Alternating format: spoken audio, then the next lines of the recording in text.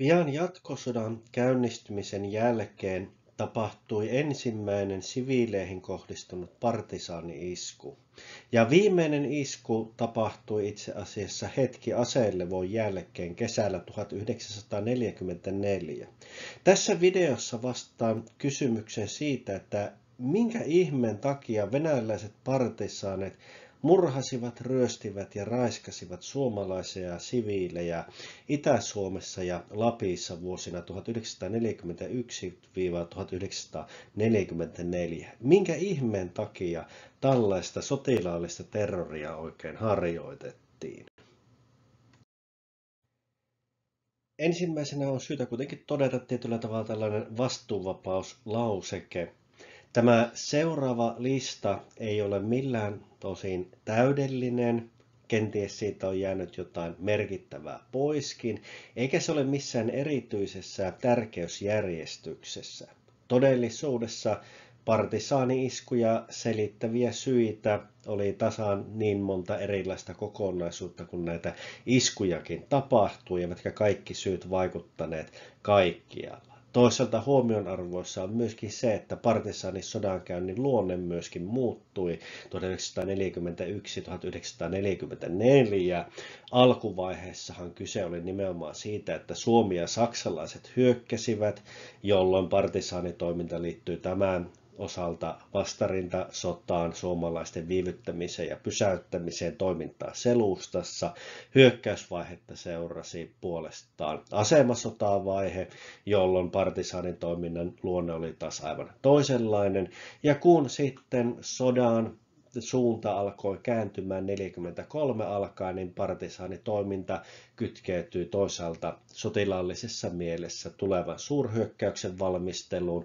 Ja kun suurhyökkäys kesällä 1944 sitten käynnistyi, niin pohjoisempana partisaanitoimintakin muuttui sellaiseen offensiivisen toiminnan tukemiseen, valmisteluun ja tiedustelutoimintaan. Eli partisaani-iskuja silloin, kun ne kohdistuivat siviileihin, selittivät eri tilanteissa erilaiset tekijät ja myös koko partisaanisodankäynnin ja partisaaniterrorin luonne muuttui sodan kuluessa. Mutta lähdetäänpä siis liikenteeseen. Valitettava, mutta ei niin yllättävä tosiasia partisaani-iskujen osalta on se, että ne olivat huomattavalta osin aivan tarkoituksellisia, määrättyjä ja sodan kuluessa toiminta raistui ja muuttui systemaattisemmaksi. Kyse ei ollut siis mistään oheisvahingoista, mitä taisteluiden ohessa tapahtui, tai ikään kuin valitettavista tragedioista, joita voidaan perustella ja puolustella sotilaallisen välttämättömyyden kautta, vaan itse asiassa usein partisaani-iskuissa oli tarkoituskin tehdä tällaista toimintaa. 1944 alkaen iskuja tehtiin osalta aivan systemaattisesti, jotta asutuksen tilanne muuttuisi kestämättömäksi itäisen Suomen alueella. Ja toisaalta sitten, kun osa partisaani-iskuista oli taas partisaanien näkökulmasta välttämättömien tarvikkeiden hankintaa, niin tämä toiminta oli ohjeistettu, että näin pitikin toimia ja hankkia sitä saalista, jolla pystyttiin ruokaa hankkimaan joukoille. Eli osaltaan partisaani-iskujen raakuutta selittää se, että ne olivat aivan määrättyjä operaatioita. Ja luen teille seuraavaksi pätkän yleisohjeesta neuvostopartisaaneille. Viholliselle on luotava sietämättömät olot. On häirittävä viestiyhteyksiä, kuljetuksia sekä kaikkea toimintaa. Taistelussa saksalaista fasistia vastaan ei ole mitään sijaa passiiviselle toiminnalle. Vihollinen on aina etsittävä ja tuhottava. Sille ei saa antaa yön eikä päivän rauhaa. Vihollisia on tapettava kaikkialla, missä niitä tavataan. On tapettava millä vain, kirveellä, viikatteella, rautakangella, talikolla tai puukolla. On hyökättävä lentokentille, poltettava lentokoneet ja tapettava lentäjät. Vihollisen tuhoamiseksi ei saa kaihtaa keinoja. Kuristakaa, lyökää, polttakaa ja myrkyttäkää fasistin konnat. Tämä määräys tai yleisohje kuulostaa sille, että tässä puhutaan sotilaallisista kohteista ja niin edelleen, mutta todellisuudessa sitten käytännössä suhtauduttiin myöskin vihollisalueiden siviiliväestöön tällä tavalla, mitä useammassa tilanteessa, eikä eroa sinänsä tehty. Samalla kun raakuuksia yllytettiin, ne hyväksyttiin ja sellaista jopa kannustettiin ja sellaista palkittiin, niin se myöskin lietsoi sellaista tunnelmaa, jossa myöskin siviileihin kohdistuvat raakalaisuudet olivat niin sekä todennäköisempiä että jopa usein toivottuja. Toisaalta huomionarvoissa on se, että Suomessahan tehtiin 45 kappaletta tiedettyjä siviileihin kohdistuneita partisaani-iskuja, ja sen lisäksi jonkin verran ihmisiä katosi tilanteissa, joihin saattaa liittyä partisaanitoimintaa. Tämä oli kuitenkin pieni osa siitä, että minkälaista sotilaallista toimintaa Itä-Suomen alueella ja Lapissa neuvostoliittolaiset joukot harjoittivat. Me tiedämme venäläisistä lähteistä sen, että heinä-syyskuussa 1941 Suomeen lähetettiin 73 tällaista sabotaasiryhmää. Ja kun katsotaan sitten montako tällaista siviileihin kohdistunutta iskua sitten 1941 vuoden aikana kesällä ja syksyllä tapahtui, niin puhumme muutamista iskuista. Eli pääosa näistä Neuvostoliiton partisaanijoukkojen operaatioista oli sellaisia, että niihin ei liittynyt lainkaan siviileihin kohdistunutta terroria, ja toisaalta kun sitten ruvetaan näitä operaatioita katsomaan, niin huomaamme sen, että jotkut joukko-osastot itse asiassa olivat nimenomaan sellaisia, että niiden toiminta se kuuluu suorastaan olennaisena osana. Ja sama heijastuu sitten myöskin suomalaisiin lähteisiin ja sotapäiväkirjoihin, kun katsotaan sitten tätä neuvostoliittolaisten partisaanien ja desanttien toimintaa, niin pääosa tällaista toiminnasta oli kiistatta sotilaallista toimintaa. Mutta huomioarvoisa tässäkin taas se on, että tässä näkyy itsessä hyvin myös tämä jatkosodan aikana tapahtunut sodankäynnin luonne, eli kun 1941 partisaanitoiminnassa kyse oli nimenomaan poikkeuksellisista tilanteista, joissa siviilejä vastaan iskettiin, niin homma alkoi sitten kääntymään 1943 toiseen suuntaan, ja 1944 kesällä neuvostoliittolaiset sitten harjoittivat jo systemaattista sotilaallista terroria Itä-Suomen alueella ja Lapissa. Eräs liikkeelle paneva voima oli sitten sellainen, jonka olen tässä nimennyt neuvostoliittolaiseksi tulosvastuuksi. Stalinin ajan Neuvostoliitossahan piti tavoitteet saavuttaa, ja jos tavoitteita ei saavutettu, niin syyllinen kyllä sitten etsittiin, oli siihen todellisuudessa aihetta tai ei.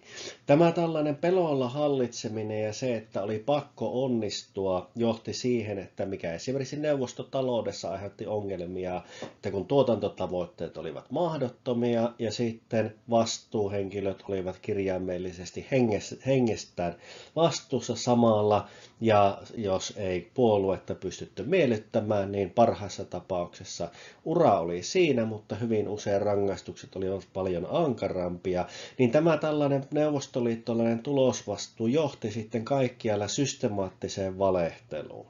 Ja tämä ulottui myöskin partisaanitoimintaan, jonka myötä sitten vääristeltiin sitä, mitä tehtiin. Tästä sellainen äärimmäinen esimerkki oli tämä Seitajärven isku, joka tapahtuessaan oli siihen mennessä tuhoisin partisaani-isku 1944 kesällä, niin Lapissa tapahtunut joukkomurha, niin se oli tällaisen neuvostoliittolaisen tulosvastuun ja vääristelyn malliesimerkki alusta alkaen. Sinne lähetettiin partisaani-joukko tekemään isku. Virallisesti operaatiossa oli kyse Seitajärven varuskunnan tuhoamisesta, ja kun sitten sinne iskettiin, niin virallisissa sotapäiväkirjoissa sitten kerrottiin, kuinka oltiin varuskunta tuhottu, ja 3-numeroinen määrä suomalaissotilaita oltiin saatu hengiltä. Todellisuudessa mitään 3-numeroista määrää suomalaissotilaita ei oltu saatu hengiltä, eikä siellä mitään varuskuntaa ollut, vaan kyseessä oli puolustuskyvytön kylä, jossa joukkomurhattiin siviilejä ja ryöstettiin sitten tarvikkeita partisaaneille. Eli osaltaan tätä toimintaa ajoi eteenpäin se, että Neuvostoliitossa piti sitten tehdä sitä tulosta ja niitä vääristeltiin. Ja itse asiassa kun suomalaiset pääsivät 90-luvulta alkaen sitten näitä neuvostoliittolaisia arkistoja Venäjällä tutkimaan ja niitä pystyttiin sitten vertailemaan suomalaisiin raportteihin ja sitten mitä silminnäkijätietoja oli vielä saatavilla, niin huomattiin se, että tämä oli niin kuin hyvin systemaattista. Myös silloin, kun neuvostoliittolaiset iskivät sotilaallisesti perusteltuja kohteita vastaan, niin hommaan tuli melkoista lapin lisää. Eli esimerkiksi rautatien onnistunut katkaisu räjäyttämällä, mikä voitiin todeta, että näin oli todenteolla tapahtunut, niin neuvostoliittolaisissa sotapäiväkirjoissa muuttui sitten siihen, että siinä oltiin jo samalla saatu suistettua junaraiteilta aiheutettua suomalaisille tai saksalaisille raskaita tappioita.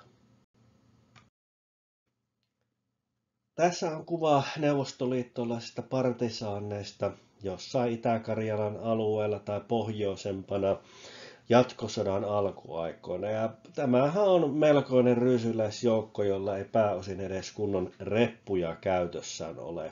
Neuvostoliittolaisten huolto ja varustus kyllä parani sodan edetessä. Huomioarvoissa on se, että nämä partisaaniosastothan alun alkaen muodostettiin siltä pohjalta, että upseerit olivat puna-armeijan sotilaita, eli sotilaallisen koulutuksen saaneita, mutta miehet sitten ja koko joukko naisia, 10%, 15% oli erityisesti radisteina huollossa ja lääkintätehtävissä sekä muissa erityistehtävissä, niin nämä koottiin sellaisista miehistä ja naisista, joita ei oltu sijoitettu puna-armeijaan. Ja tämä näkyy sitten osaltaan siinä, että alkuvaiheessa varsinkin partisaanien varustus oli heikolla tolalla, ensimmäisen maailmansodan välineitä itse asiassa huomattavilta osin. Ja tämä sitten tietyltä osin tämä huono tilanne jatkuu sitten sodan edetessäkin. Nimittäin se tarkoitti sitä, että esimerkiksi partisaaniosastoilla ei kauheasti ollut sitten elintarvikkeita mukanaan, kun lähtivät Suomen alueelle. Suurilta osin sitä toki selitti se, että kaikki aseet, ammukset, räjähteet ja vastaavat ja viestilaitteet piti kuljettaa. Niin tätä huollon heikkoutta sitten kompensoitiin sillä, että hankittiin sitä ruokaa sitten paikallisesti, mikä tarkoitti siviiliväestön ryöstelyä. Ja osa näistä iskuista sitten tehtiin sillä tavalla, että tarkoitus oli, että ei jää silminnäkijöitä. Pelättiin kiinni jäämistä siinä vaiheessa, kun suomalaiset alkoivat 42 alkaen sitten parantaa itäisten alueiden ja pohjoisten alueiden puolustusta. Kyliin ja maatiloille sijoitettiin sotilaita ja luotiin sitten tämmöinen järjestelmä, jolla myöskin sitä liikennettä muuten pyrittiin sitten seuraamaan, että mitä siinä idän ja lännen välillä kulki, partioitiin ja niin edelleen. Niin tilanne oli sellainen, että tämä partisaanitoiminta muuttui erittäin vaaralliseksi. Ensimmäinen tulitaistelu suomalaisten kanssa, ensimmäinen kiinni jääminen, kuinka siviilit saavat havainnon, niin hyvin usein johti sitten taka-ajoon ja taisteluihin, ja monet partisaaniosastot kärsivät todella raskaita tappioita. Me tiedämme sen, että vaikka partisaaniosasto olisi lähtökohtaisesti onnistunut tehtävässään ja palannut sitten takaisin, niin aivan normaalia oli, että 1/4, 1/3, jopa puolet tai enemmänkin näistä osastoista sitten jäi sille tiellensä.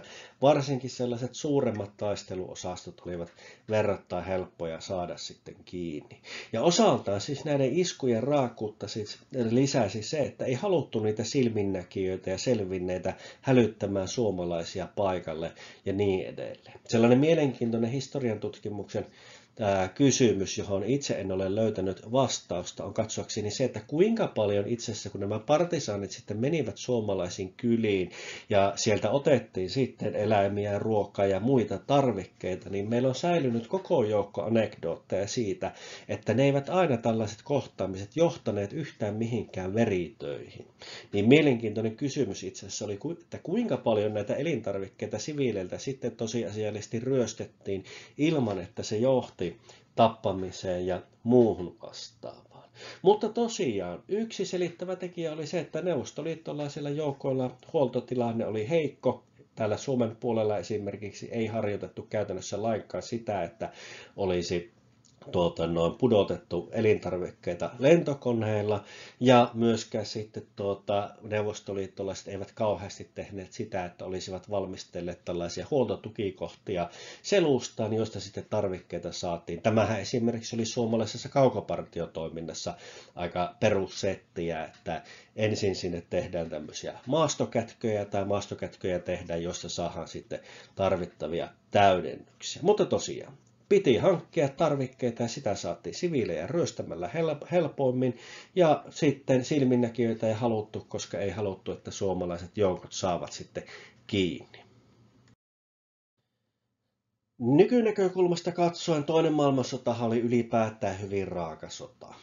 Ja sotarikoksiin syyllistyvät myös suomalaisetkin joukot jatkosodan aikana. Mutta kun katsotaan sitten tätä venäläisten toimintaa, niin kyllähän sitä, jos ruvetaan katsomaan, niin kyllähän se ryöstely, raiskaaminen, hävittäminen oli aika lailla sellainen niin kuin maan tapa. Puna-armeija nimellisesti kyllä noudatti kansainvälisiä sopimuksia, sodankäynnin käytänteitä ja niin edelleen, mutta todellisuudessa kurinpito liittyy lähinnä siihen, että ovatko joukot taistelukelpoisia, suorittavat tehtävänsä ja eivät pakene. Se, että jos siinä sitten näiden parametrien täyttyessä sotilaat sitten ottavat oman käden oikeudeksi ryöstellä, raiskata ja tappaa, niin se nyt ei ollut mikään suuren suuri ongelma useimmiten. Tästä semmoinen mikrotason esimerkki, tämä kuuluisa kuva Berliinin valtiopäivätalolta, jota jouduttiin retusoimaan, kun tässä on tämä sotilas, joka sitten tukee tätä lipunnostajaa. Kyseessä on lavastettu kuva, niin hänellä tarkkasilmäiset näkevät tässä 2 kelloa. Kellot olivat saksalaiset kellot, haluttua tavaraa ja kätevää ryöstösaalista. Ja tämähän sitten kuvaa muokattiin myöhemmin, että ei paljasteta tällaista niin kuin ryöstelyn merkkejä. Ja kun puna-armeisen Saksan miehitti, niin tämä ensinnäkin koko itäisen Euroopan läpi vyöryminen, sehän oli yhtä ryöstöä ja hurmejuhlaa melko lailla myöskin siviilien näkökulmasta, niin on arvioitu esimerkiksi se, että noin 2 miljoonaa saksalaista naista raiskattiin neuvostomiehityksen aikana. Ja toisin sanoen, se mitä partisaanit tekivät pohjoisen suunnalla, niin ei oikeastaan eronnut siitä, mitä puna-armeijan joukot ylipäätään tekivät. Ryöstely silloin, kun se ei haitannut tehtävän täyttämistä, ei ollut mikään ongelma. Se, mitä voitiin pitää sotarikoksena siviilejä kohtaan, ei ollut mikään ongelma niin kauan kuin se ei liittynyt sellaiseen yleiseen kurittomuuteen ja siihen, että joukot eivät kyenneet tehtäviä suorittamaan. Eli ikävästi voitaisiin sanoa, että oikeastaan se oli tällainen maan tapa. Venäjän armeija ei ole koskaan ollut mikään erityinen humanismin airut, eikä sieltä päästä armeijoita, jotka olisivat ensimmäisenä olleet siistimässä toimintaansa. Viidentenä ja listan viimeisenä, mutta ei varmastikaan vähäisempänä eikä vain ainoana, mikä tässä nyt pitäisi vielä käsitellä. Olen nostanut esille sitten tämän radikaalit joukot ja suomalaiset petturit. Tosiaan partisaaniosastot, kun ne siellä toimivat vihollisen selustassa, niin siellähän oli tällainen mahdollisuus, verrattain helppo mahdollisuus muihin joukkoihin nähden, loikata vihollisen puolelle. Ja kun nämä olivat tiedustelutoiminnassa kiinni, niin partisaaneilla keskimäärin oli enemmän sellaista tietoa, mikä olisi ollut viholliselle hyödyllistä. Niinpä oli tärkeää, että sinne valittiin tällaisia lojaliteetiltaan tiedettyjä miehiä ja naisia, jotka olivat uskollisia puolueelle ja Neuvostoliitolle. Tämä tarkoitti sitä, että olivat keskimäärin radikaalimpia neuvostoideologian kannattajia, joka näkyi sitten tässä myöskin raakkuudessa, joka kohdistettiin näitä vihollisia kohtaan. Tämä sama hommahan oli, jos ruvetaan katsomaan eteläisempiä suuntia, niin kyllähän ne Saksan SS-joukot olivat huomattavasti raaempia ja radikaalimpia kuin perus Wehrmachtin joukot esimerkiksi. Eli nämä olivat, kun se oli valikoitu joukko, niin se oli enemmän syvemmälle indoktrinoitu tähän ideologiaan, joka näkyy sitten siinä vihana vastustajakohta. Toisaalta huomioarvoisa on se myöskin, että näissä partisaaniosastoissahan oli yliedustetusti Suomea ja Karjalaa osaavaa väkeä suhteessa alueen väestöpohjaan. Käytännön syyt, kielitaito ja maaston tuntemukset ja muut vastaavat perussyynä taustalla, mutta siellä oli myöskin näitä suomalaistaustaisia pettureita, jotka olivat lähteneet sitten Suomesta Neuvostoliiton palvelukseen, joilla usein oli tämmöistä niin kuin ikään kuin ylimääräistä vihaa ja jopa kostomentaliteettia. ja niin edelleen. Vaikka kuvassa näkyvä Toivo Antikainen ei itse osallistunutkaan partisaanisodan käyntiin, niin hän oli hyvä esimerkki tällaisesta Neuvostoliiton puolelle siirtyneestä tapauksesta. Suomen sisällissodassa hän oli ollut punaisten puolella, ei tosin osallistunut taistelutehtäviin, vaan oli hallinnollisissa tehtävissä. Kun sisällissota sitten kääntyi punaisten tappioksi, niin hän oli yksi näistä tuhansista, jotka lähtivät sinne itänaapurin alueelle ja pääsivät sinne. Antikainen teki sitten sotilasuraa puna-armeijan riveissä ja sitten osallistui itse asiassa näihin heimosotiin, joissa sitten taisteltiin näitä suomalaisia joukkoja vastaan tuolla Itä-Karjalan alueella. Ja kun sitten Suomessa SKP, Suomen kommunistisen puolueen toimintaa suitsittiin ja väkeä vangittiin, niin Antikainen lähetettiin sitten Suomeen toimintaan ja auttamaan sitten tätä kommunistien toimintaa Suomen puolella. Ja Suomessa hän jäi sitten kiinni tästä näin. Antikaisen tapaus itse asiassa oli 30-luvulla tällainen niin kuin todellinen skandaali ja näkyvä oikeudenkäynti, jossa nimenomaan Antikaista sitten syytettiin näiden heimosotien aikaisista tapahtumista. Hänet vangittiin ja talvisodan sitten päättäneen rauhan jälkeen sitten hänet vapautettiin ja päästettiin takaisin Neuvostoliittoon, jossa hän sitten jatkoi Neuvostoliiton palveluksessa. Antikainen kuoli 1941. Hänen kuolemastaan on hiukan erilaisia syitä. Tämänkin päivän näkökulmasta mielenkiintoinen yksi selitys on se, että hän olisi pudonnut ikkunasta tai hypännyt ikkunasta. Toisaalta sitten on mahdollista ja virallinen totuus, että hän kuoli lento-onnettomuudessa 1941. Mutta Antikainen oli tällainen merkittävä neuvostohahmo ja hänen mukaansa esimerkiksi nimettiin yksi näistä partisaaniosastoista. Aivan suoraan hänen mukaansa oli nimetty yksi näistä partisaaniosastoista. Mutta siis näiden joukkojen mukana oli tällaisia suomalaistaustaisia tapauksia, jotka jatkoivat sitä sotaa, mitä he olivat jopa käyneet siellä sisällissodan aikaan Suomessa.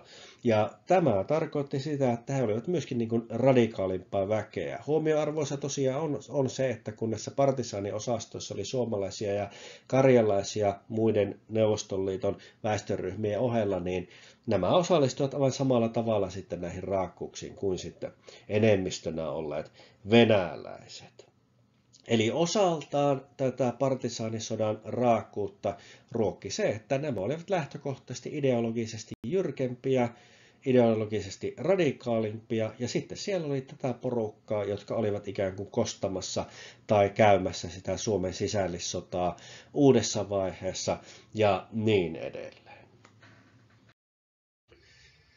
Käydäänpä sitten partisaanitoimintaa läpi 3 iskuesimerkin kautta ja vilkaistaan ensimmäisenä Lappiin Lokan kylään.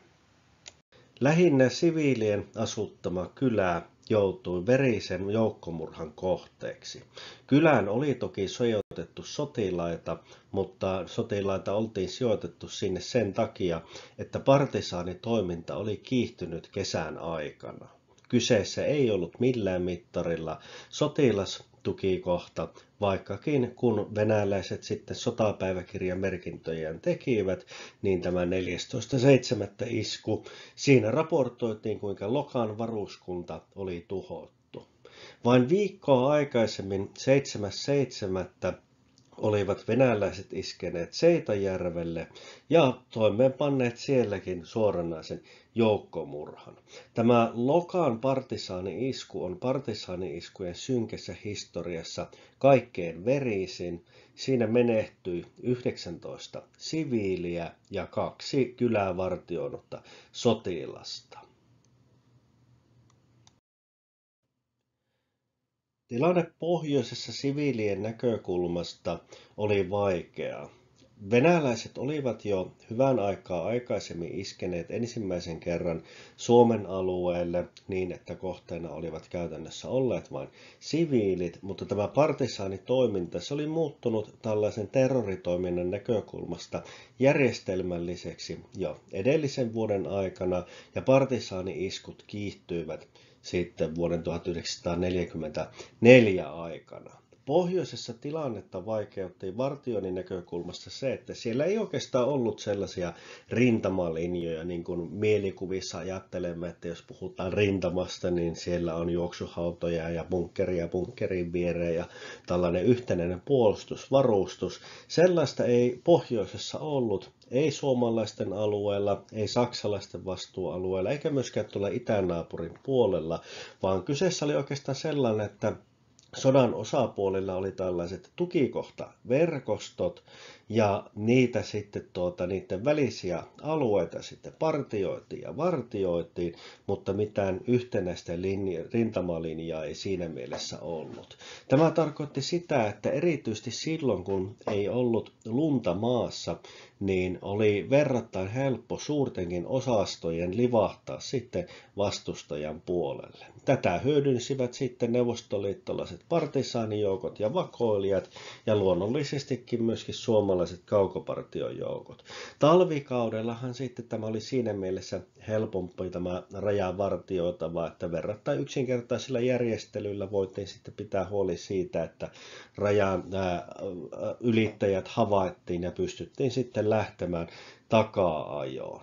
Suomessa oltiin keskusteltu siitä, että pitäisikö tämä syrjäseutujen väestö sitten evakuoida, ja jossain määrin tällaista olikin tapahtunut, mutta käytännössä kuitenkin puolustuksen näkökulmasta ne päätoimenpiteet olivat se, että vartiointia oltiin lisätty ja sitten Lapissa oltiin koottu sitten oma erikoisosastonsa siihen, että oli sitten kyky toisaalta toimia näillä erämaa-alueilla, etsiä partisaaneja, ajaa näitä takaa ja sitä kautta sitten luoda sellainen pelote ja tilanne, että neuvostopartisaanit tiesivät, että jos iskevät, niin heidät kyllä jahdetaan sitten. No näin ainakin teoriassa hyvin usein sitten partisaanit pääsivät pakenemaan verrattain kevyin tappioin.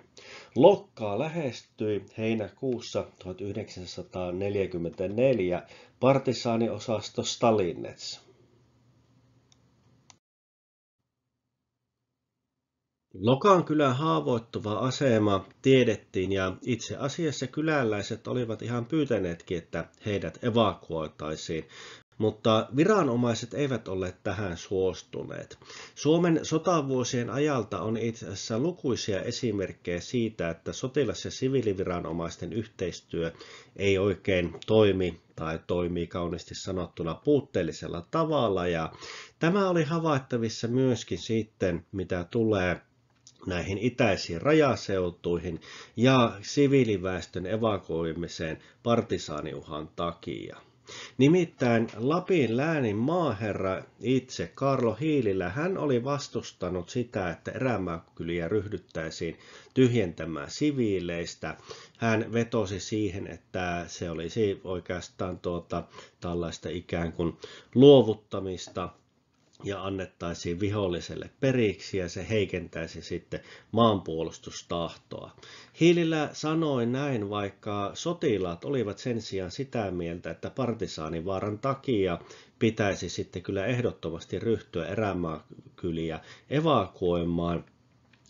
Yhteisesikunta Roin päällikkö majuri Oiva Viilamo ja Lapin sotilaallista puolustuksesta jatkosodan aikana vastanneen Saksan sotavoimien kenraali Eduard Tieti. Nämä molemmat olivat sitä mieltä, että nämä syrjäiset alueet pitäisi evakuoida toisaalta sen takia, että näin voitaisiin siviiliväestöä suojella paremmin ja toisaalta sen takia, että kun kuitenkin joka tapauksessa asiaa ei voitu aivan villaisella painaa, niin piti sitten hajottaa resursseja sitten ja laittaa miehiä sinne ja tänne, ja koska etäisyydet olivat valtavia ja kyliä ja asutusta pitkin ja poikin, niin se sitten tarkoitti pienten sotilasosastojen hajauttamista sinne tänne, ja joiden kyky sitten puolustautua iskuja vastaan oli sitten heikko. Näinhän oltiin viikkoa aikaisemmin nähty sitten Seitajärvellä, jossa juurikin oli kyse kylästä, jonne oltiin isketty. Siellä oli vartio-osasto,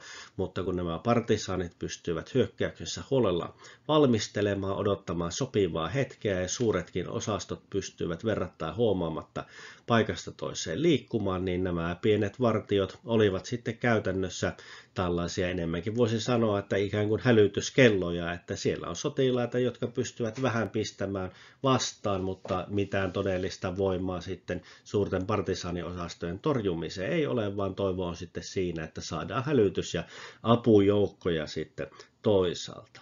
Mutta Lokaan tilanne oli tosiaan sellainen, että kyläläiset olivat jo pyytäneet evakuointia, mutta siviiliviranomaisten vaatimuksesta tällaisen ei oltu sitten ryhdytty. Partisaaniosasto, joka iski Lokkaan, oli itse asiassa osa suurempaa osastoa. Neuvostoliittolaiset partisaaniosastot Poljarnik, Bolševik ja Stalinets olivat lähteneet liikkeelle yhdessä 23. kesäkuuta.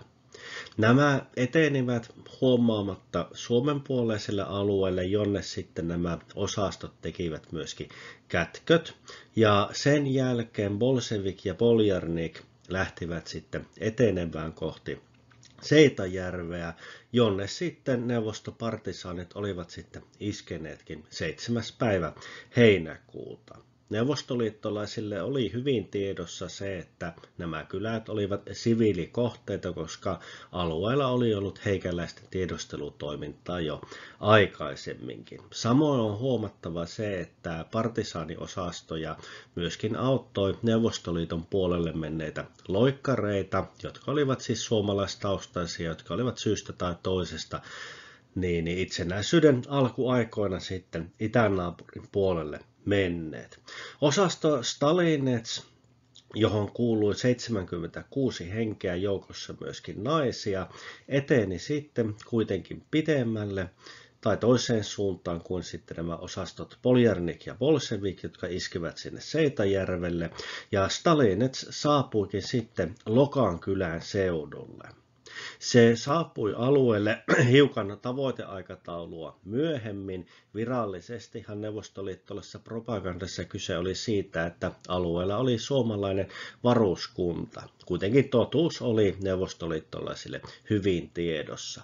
Kylää ja kylän ympäristöä tiedusteltiin jonkin aikaa, useiden päivien ajan. Stalinets siinä alueella sitten operoi ja saivat sitten tilannekuvan selväksi. Sitten kun kylään iskettiin, niin eipä siinä sitten kannata niillä yksityiskohdilla kauheasti mässäillä.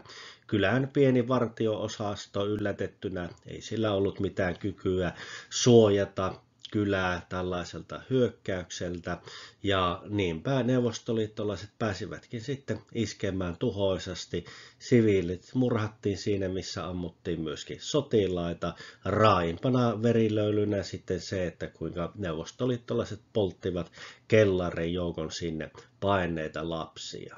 Nuorin surmansa saanut oli itse asiassa vauva, ja lukuun ottamatta 2 kaatunutta sotilasta, niin vain yksi näistä uhreista ei ollut lapsi tai nainen, ja tämä kaatunut siviilimieskin oli yli 60-vuotias ikämies. Kyseessä oli tällainen sotilaallinen joukkomurha, jossa kylä sitten hävitettiin.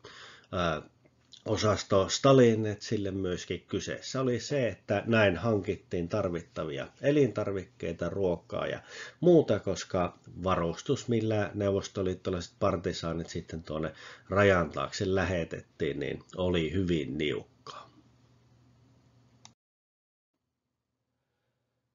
Joukko kyläläisiä pääsi pakenemaan, ja jonkin matkan päässä sitten törmäsivät suomalaisen sotilasosastoon, joka oli lähtenyt kohti Lokaan kylää, koska sieltä oltiin nähty nousevan savua. Samalla myöskin ei oltu saatu puhelinyhteyttä sitten paikalla olleeseen sotilasosastoon, niin oli lähetetty sitten miehiä tarkistamaan, että mikäs onkaan sitten tapahtunut. Tässä on sitten tämä lohduton näkymä pakoon lähteneitä siviilejä auttanut osasto, kun sitten saapui Lokaan kylään, niin kylän rauniot siellä enää vain savusivat.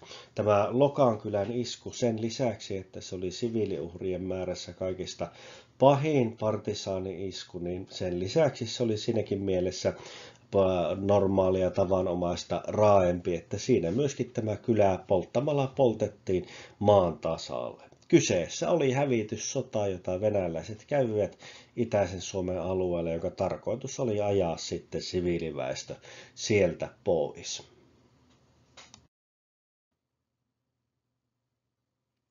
Lokaan joukkomurhassa kuoli 19 siviiliä. Heistä nuorin oli alle kuukauden ikäinen vauva. Tämä tapahtuma sokkerasi ja siitä ryhdyttiin sitten tekemään tutkintaa, ja kun näin raaka verityö tapahtui, niin syyllinenhän piti luonnollisestikin löytää. Ja tässähän sitten oli sellaista ristivetoa, että kun siviilijohto oli tosiasiallisesti sitten kieltäytynyt sitten tästä siviilien evakuoinnista, vaikka sotilaat olivat sitten vaatineetkin tällaista, niin tämähän oli hankala paikka. Niinpä sitten, jos uskomme tiettyjä kirjoittajia ja näkemyksiä, niin muun muassa tietokirjailija Jonna Pulkkinen on tätä käsitellyt, niin tarvittiin sitten jonkinmoinen syntipukki, koska muuten viranomaiset olisivat itse sitten joutuneet vastuuseen, ainakin moraaliseen vastuuseen näistä laiminlyönneistä. Ja niinpä sitten nimismies pidätti Lokaan lähellä asuneen Richard Uusitalo-nimisen miehen. Häntä syytettiin partisaanien avustamisesta. Richard Uusitalo oli tunnettu kommunistisympatiseeraaja. Hän oli puheissaan julkisesti puhunut sodan vastaisia näkemyksiä. Hän oli julkisesti myöskin esittänyt näkemyksiä, joita voitaisiin pitää sitten jopa neuvostomyönteisenä. Ja kun mies sitten oltiin nähty punainen paita liikkeellä, niin oli sitten kehitelty tällainen ajatus, että tämä punainen paita oli jonkinlainen merkki siitä, että partisaanit sitten ikään kuin omansa voisivat tunnistaa. Richard Uusitalosta tosiaan tehtiin syntipukki, että hän olisi avustanut tätä partisaaniosastoa, mikä toki ajatuksena on sinänsä mielenkiintoinen, että Lokaan kylähän oli hyvin neuvostoliittolaisille tiedossa. Sen alueella oli neuvostoliittolaista tiedustelutoimintaa ollut aikaisemmassakin vaiheessa. Tuolla rajan takana oli myöskin loikkareita, jotka olivat sinne vapaaehtoisesti menneet. Ja toisaalta sitten tämä siviilien joukkomurhaaminen nyt ei mitään erityistä sotilaallista kompetenssiakaan vaatinut, mutta Richard Uusitalosta yritettiin sitten saada tällainen syntipukki ja sillä sitten tämmöinen savuverho sille, että nämä suomalaiset siviiliviranomaiset olivat tässä nyt niin kuin mokanneet todella pahasti. Lokaan väestö oli esittänyt toiveen evakuoinnista. Siellä odotettiin sitä, että heitä evakuoitaisiin. Seitajärvellä oli jo tapahtunut partisaani-isku, missä toistakymmentä siviiliä oltiin murhattu. Ja niin vaan Lapin maaherra sitten oli sitten vastustanut siviiliväestön evakuointia tällaisiin maanpuolustuksellisiin syihin vedoten, vaikka sotilaat olivat asiasta aivan toista mieltä. No, Richard Uusitalon kuulustelupöytäkirjat sitten kyllä paljastavat sen, että ei tällä miehellä mitään osaa tai arpaa sitten mitä varmimmin ollutkaan tällaisiin tapahtumiin, mutta kunhanpahan yritettiin sitten selvästikin, että jotain huomiota kiinnittää toisaalle, koska yksinkertainen tosiasia oli ollut se, että Lokaan ihmiset olivat pyytäneet evakuointia, sitä ei oltu järjestetty. Sotilasjohto oli pyytänyt evakuointia, sitä oli maaherra itse vastustanut, ja lopputuloksena oli sitten se, että siviiliväestö oli lähinnä poistunut omin voimin sitten erään maa-alueelta, ja tämä oli altistanut heidät sitten näiden neuvostoliittolaisten iskuille. Heinäkuun 24. päivä 1944 venäläiset partisaanit hyökkäsivät Kuhmon Iivantiiran kylässä Hirvivaaralla siviilikohdetta vastaan. Kyseessä oli yksi lukuisista niin sanotuista partisaani-iskuista, jotka todellisuudessa olivat siviilejä vastaan kohdistettua sotilaallista terroria. Veikko Juntunen oli yksi näistä, jotka omin silmin näkivät iskun, mutta pelastui kuitenkin sinä päivänä. Kuunnellaanpa hänen sanojaan siitä, että mitä tapahtui tuona yönä Kuhmon Iivantiiran kylässä. Vaaralla asui 3 talossa 4 perhettä. Isku kohdistui 2 taloon, joissa molemmissa asui 1 perhe. Vaaran talojen nimet olivat isäntien mukaisesti Jaakkola, Jussila ja Tuomaala. Tuomaala on minun kotini ja isäni nimi on Tuomas. Äitini nimi Hilma ja vanhimman veljen nimi Aape, joka tuolloin oli 13-vuotias. Meidän perheessä oli kaikkia 5 lasta.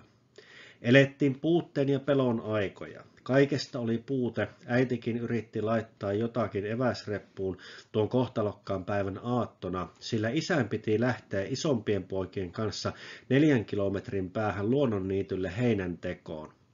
Viikonpäivä oli maanantai. Sunnuntai oli hyvin levoton Vaaran asukkaille, sillä koirat haukkuivat koko päivän metsän suuntaan, mistä kuului myös merkkivihellyksiä. Me pojat huudeltiin vastaan niille vihellyksille. Kuitenkin Vaaran asukkaat menivät yöpuulleen kukin omille paikoilleen, sillä nukkumaan menon hetkellä kulki vielä kirkon miehiä, jotka olivat tulossa kirkolta rammasäkit selässä. Kielisimme heitä jatkamasta matkaa ja kehotimme yöpymään taloihin, mutta kulkijoilla oli kiire. Heilläkin oli kova pelko partisaaniuhan vuoksi. Asetuimme aitan lattialle tehtyyn siskonpetiin nukkumaan suuren pelon vallassa. Kaikkien piti olla hyvin hiljaa, etteivät mahdolliset viholliset kuulisi. Lapsetkin vaistusivat vaaran ja olivat hyvin hiljaa. Sääskien lennosta aiheutuva ääni tuntui hyvin voimakkaalta. En osaa sanoa, kuinka sikästi kukin nukkui, mutta itse kyllä sain unen päästä kiinni, kunnes heräsin aamuyöllä kovaan ammuntaan. Vanhempi veljeni Kalle kertoi, että isä ja äiti olivat keskustelleet, että mitähän nuo koirat haukkuvat noin paljon. Äiti kehotti, että isä menisi katsomaan ja niin hän myös teki. Kello oli noin 3 aamuyöllä. Tässä taustalla näette tämän kyseisen aitan, jossa tämä perhe oli nukkumassa.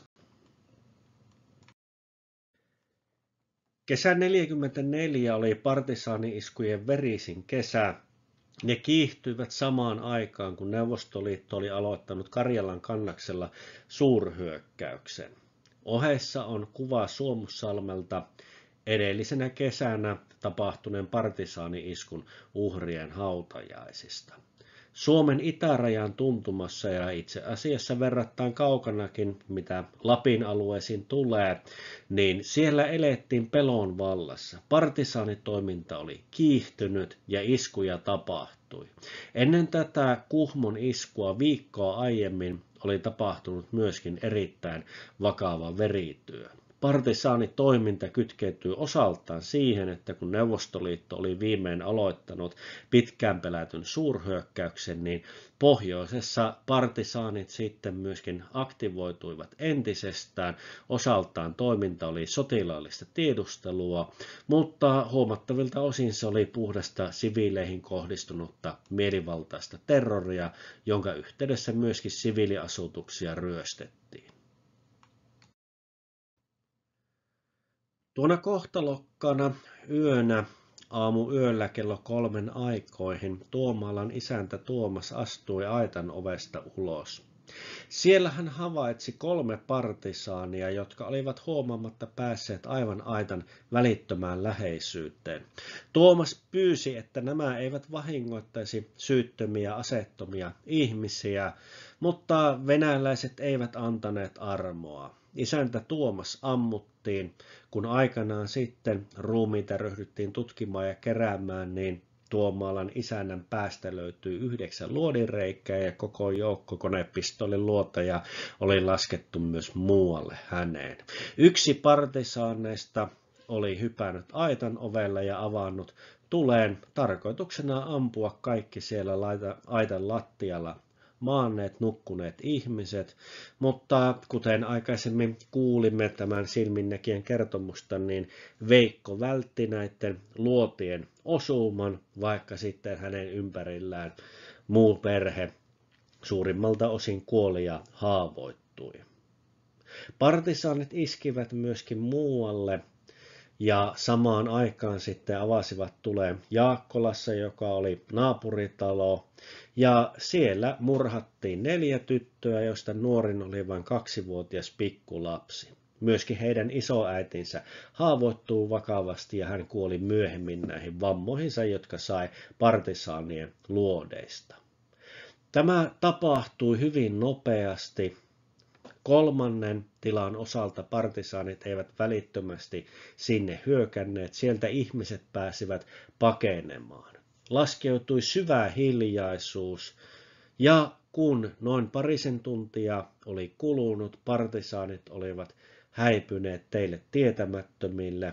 Ruoka oli ryöstetty mukaan ja saalistakin nämä olivat muuta ottaneet. Siinä vaiheessa sitten havahduttiin tilanteeseen, että mitä oikein voitaisiin tehdä. Ja vasta kun aurinko oli noussut seuraavan puolen päivän jälkeen, paikalle saapui sitten suomalaisten sotilaiden osasto, jotka sitten alkoivat antamaan ensiapua haavoittuneille. Ja kuolleita ryhdyttiin sitten keräämään ja ammuttuja ihmisiä löytyi sieltä täältä. Ja tämä partisaani-isku tapahtui syvällä tiettömien alueiden takana.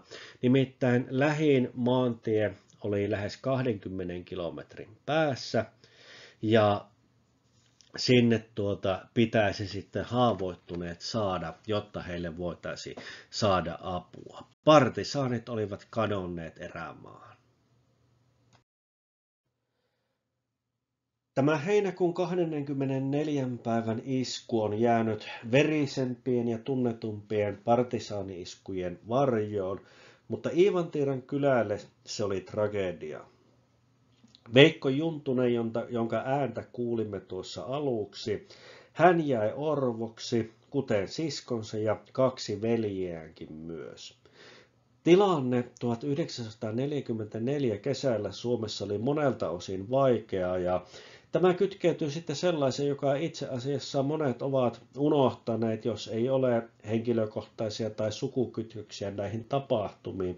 Nimittäin sotalapsia. Sotalapsethan usein yhdistetään nimenomaan talvisodan tapahtumiin, että silloin lähetettiin Neuvostoliittoa turvaan sotalapsia, mutta itse asiassa sotalasten lähettäminen jatkuu aivan sinne jatkosodan loppusuoralle saakka. Olihan Suomen asema monella tavalla, aivan samalla tavalla epävarma ja tulevaisuus epävarma kuin oli ollut talvisodan aikaa. Niinpä Veikko Juntunen ja hänen sisaruksensa sitten lähetettiin Ruotsiin Vaasan kautta sitten ensin Kuhmosta Vaasaan ja sieltä sitten Ruotsiin ja 2 vuotta he sitten siellä olivat ja kun tilanne sitten Suomessa alkoi vakiintua, niin heistä sitten osa palasi, sotalapsista siis osa palasi niin Suomen puolelle ja kaiken kaikkiaan Suomesta sitten lähetettiin sotalapsia Suomesta niin noin 80 000 ja näistä sellaiset noin 3/4 Ruotsiin. Näistä lapsista 15 000 sitten jäi palaamatta takaisin. Veikko Juntunen palasi tosiaan sitten 2 vuotta myöhemmin ja sen jälkeen sitten ryhtyi vähitellen sitten rakentamaan omaa elämänsä Suomen puolella. Mutta nämä jatkosodan loppusuoran verityöt itäisen Suomen alueella ja Lapissa, nämä jättivät koko joukon orpoja ja tätä traumaa ja tragediaa syvensi se, että näistä iskuista niiden seurauksista ei Suomessa sitten toisen maailmansodan jälkeisessä tilanteessa juurikaan puhuttu. Itänaapuria ei haluttu esittää missään ikävässä valossa ja niinpä partisaani-iskuista sitten tosiasiallisesti vaiettiin. Vasta 2000-luvulla sitten toden teolla ryhdyttiin tätä pesäntekoa sitten selvittelemään. Partisaani-iskujen osaltahan olennaista oli se, että Neuvostoliitto, eihän se voinut moraalinen armeija, joka taisteli kansainvälisen lain ja sodankäynnin lakien mukaan, niin eiväthän sen ylevät joukot voineet syyllistyä tällaisiin silmittömiin murhatöihin. Mutta tämä osaltaan sitten pahensi sitä traumaa, mistä sitten nämä itäisen Suomen ja Lapin väestö kärsi, kun siitä, mikä heitä oli kohdannut, ei voinut puhua. Yleisestikin Suomessa muistetaan tänä päivänä se, että sotaveteraanien asema oli monelta osin toisen maailmansodan jälkeen kaikkea muuta kuin tyydyttävä ja toivottava, mutta kuitenkin se yleinen mielipide ja käsitys oli, että niin talvisodassa kuin jatkosodassa sotilaamme olivat Suomen ja Suomen tasavallan pelastaneet, mutta sitten tämä partisaani-iskujen uhrien tilanne, se oli sellainen, että ei voitu edes ääneen sanoa sitä, että tällaista sotilaallista terroria itänaapurimme oli harrastanut. 80 vuotta sitten, syyskuun 6. päivä 1944, Lieksassa tapahtui julma partisaani-isku. Sen lisäksi, että kyseessä oli partisaani-iskujen verisessä historiassa sarjan viimeinen isku, erikoiseksi sen tekee se, että se tapahtui itse asiassa jatkosodan päättäneen aselevon jälkeen. Aselepo Suomen ja Neuvostoliiton välillä astui voimaan 4. syyskuuta 1944 kello 7.00. Aseet vaimenivat molemmin puolin rintamaa Viipurin rintamalla, mutta muualla tilanne ei ollut tällainen. Monin paikoin venäläiset itse asiassa jatkoivat hyökkäyksiään ja ampumista ja jopa tykistöiskujen tukemia jalkaväen rynnäköitä suomalaisten puolustusasemia vastaan.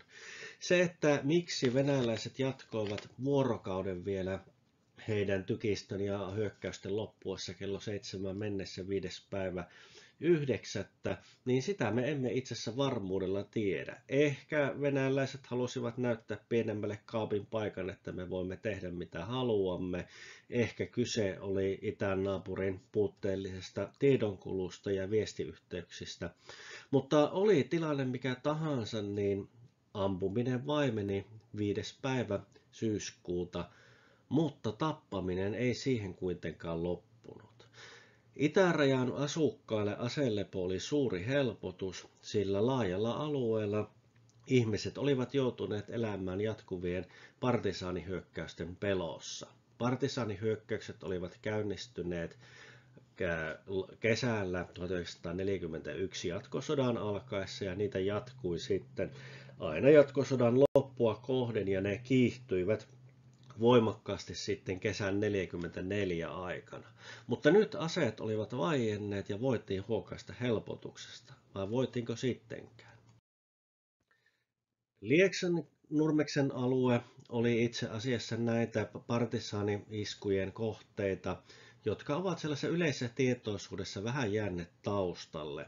Paljon enemmän puhutaan ja muistellaan iskuja, mitkä tapahtuvat pohjoisempana Kainuun ja Lapin alueella, mutta itse asiassa Pohjois-Karjalan seutukin sai oman surullisen osansa näistä iskuista. Lieksan alueella oli myöskin hiukan ennen tätä syyskuun tapahtumaa tapahtunut partisaani-isku. Kesällä siellä oli tapahtunut joukkomurha, jossa partisaanit olivat koonneet siviileitä ja pistäneet heidät sitten riviin ja ampuneet teloituksenomaisesti siihen. Tämän myötä oli käynyt selväksi se, että ei vihollinen kaihtanut keinoja ja terroria kohdistettiin aivan puolustuskyvyttömiä vastaan.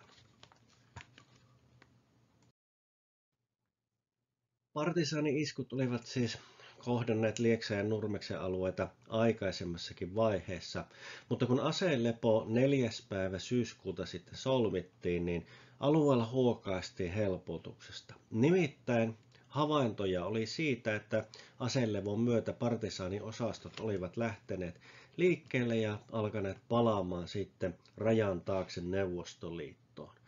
Näin uskottiin, että vaara oli viimein ohitse.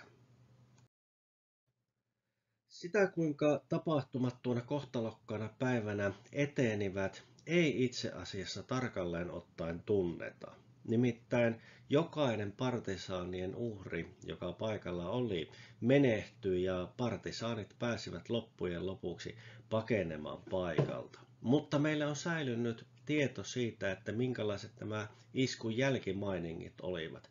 Nimittäin Riihivaaralla oli toipumislomalla asevoimien kersantti Onni Mustonen, joka oli päässyt kotiinsa toipumaan haavoittumisesta saamista vammoista. Mustonen oli ollut kalastamassa ja sieltä sitten lähtenyt kotiinsa, koska oli lounaan aika.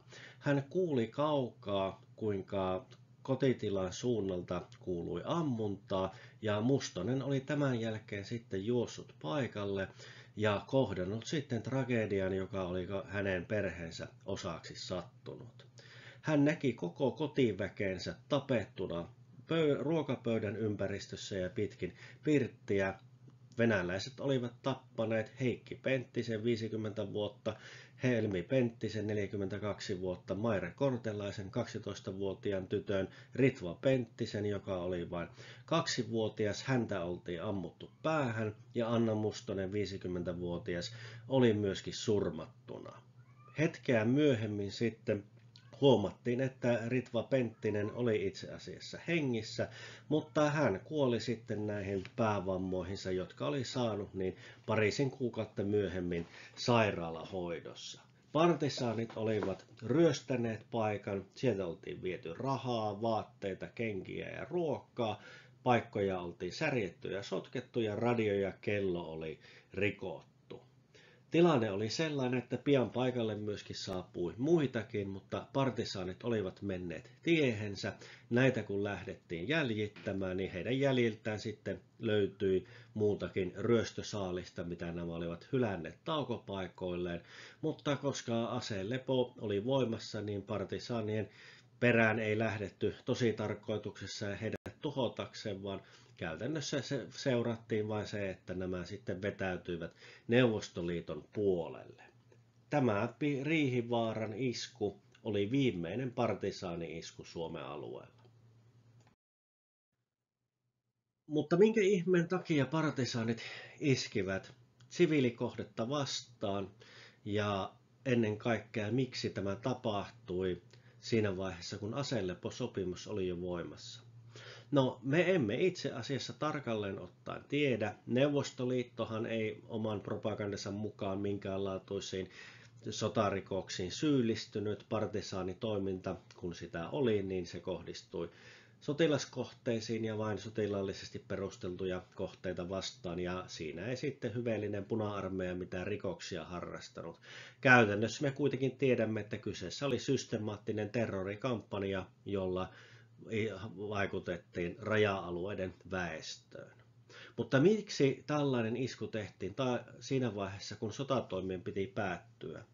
Tästä on esitetty erilaisia ajatuksia ja ajatuskulkuja, mutta kahta voidaan pitää yleisestikin todennäköisempänä. Ensimmäinen vaihtoehto on se, että tämä partisaaniosasto, mikä tähän syyllistyi, niin sen ruokatilanne ja muut olivat sellaisia, että siellä paikallinen komentaja, partion päällikkö katsoi, että nyt on tarpeen sitten hankkia elintarvikkeita ja tuttuun tapaan sitten silminnäkijöitä ei haluttu jättää. Ja tällainen valinta oli siis tehty sitten riippumatta siitä, että mikä se tilanne noin niin kuin muuten oli. Partisaanit tiesivät, että he olivat sekä vihattuja että pelättyjä, jolloin heillä oli varmasti omasta mielestään ainakin syytä olettaa, että jos suomalaiset heidät kiinni saisivat, niin joka tapauksessa siinä ei sitten kunniankukko laulaisi. Eli ehkä se oli partion tekemä oma ratkaisu tilanteessa, jossa toimittiin sillä tavalla, kuten oltiin totuttukin toimimaan, ilman sen kummempaa. Toinen selitys puolestaan on se, että ehkäpä tämä partio ei ollut saanut tietoa siitä, että vihollisuudet olivat lakanneet. Nimittäin huomioarvoisa on se, että tämä aselepo, sehän syntyy hyvin nopeasti. Mannerheim oli tehnyt Stalinille ehdotuksen siitä, että jotta voidaan mahdollistaa rauhanneuvottelut tilanteessa, jossa ei tule turhia kuolonuhreja eikä sitten muutenkaan hankalia tilanteita, niin lopetetaan vihollisuudet mahdollisimman nopeasti ja taistelutoimet ja neuvotellaan sitten rauhasta. Ja tämä oli sopinut Stalinille, joka oli sitten antanut myönteisen vastauksen. Se vastaus oli annettu vain edellisenä iltana, kun sotatoimi oli määrä loppua, eli 3. päivä syyskuuta. Tieto oli sitten nopeasti saatu Suomen joukkojen keskuuteen 4. päivän aikana leviämään, mutta kuten tiedossa on, niin mitä todennäköisemmin huomattava osa Puna-armeijan joukosta ei ollut ennen 5. päivää tietoinen siitä, että pitäisi ammunta lopettaa. Ja ammunta sitten loppuikin vasta vuorokautta myöhemmin tuolta itänaapurin puolelta.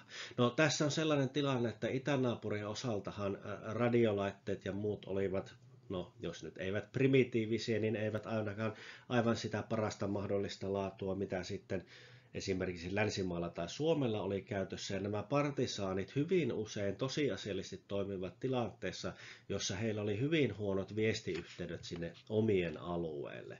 Ja silloin kun viestiyhteyksiä oli, niin käytännössä kyse oli siitä, että määräaikoina lähetettiin sitten sähkeinä niin tietoa sitten sinne omille ja vastaan otettiin sitten viestejä, mutta sellaista niin kuin tiivistä yhteyttä partisaaniosastojen ja sitten ylemmän tahon välillä ei lähtökohtaisesti niin kuin ollut, eikä siihen ollut oikein teknologisiakaan edellytyksiä, joten on aivan mahdollista, että jos olosuhteet olivat sopivia, kenties radiolaitteet rikki tai muita hommia siinä, niin tämä partisaaniosasto ei kerta kaikkiaan saanut sitten tietoa siitä, että mikä tilanne oli, ja jatkoi ikään kuin sotaa omalta osan tilanteessa, jossa sotatoimi olisi pitänyt päättyä.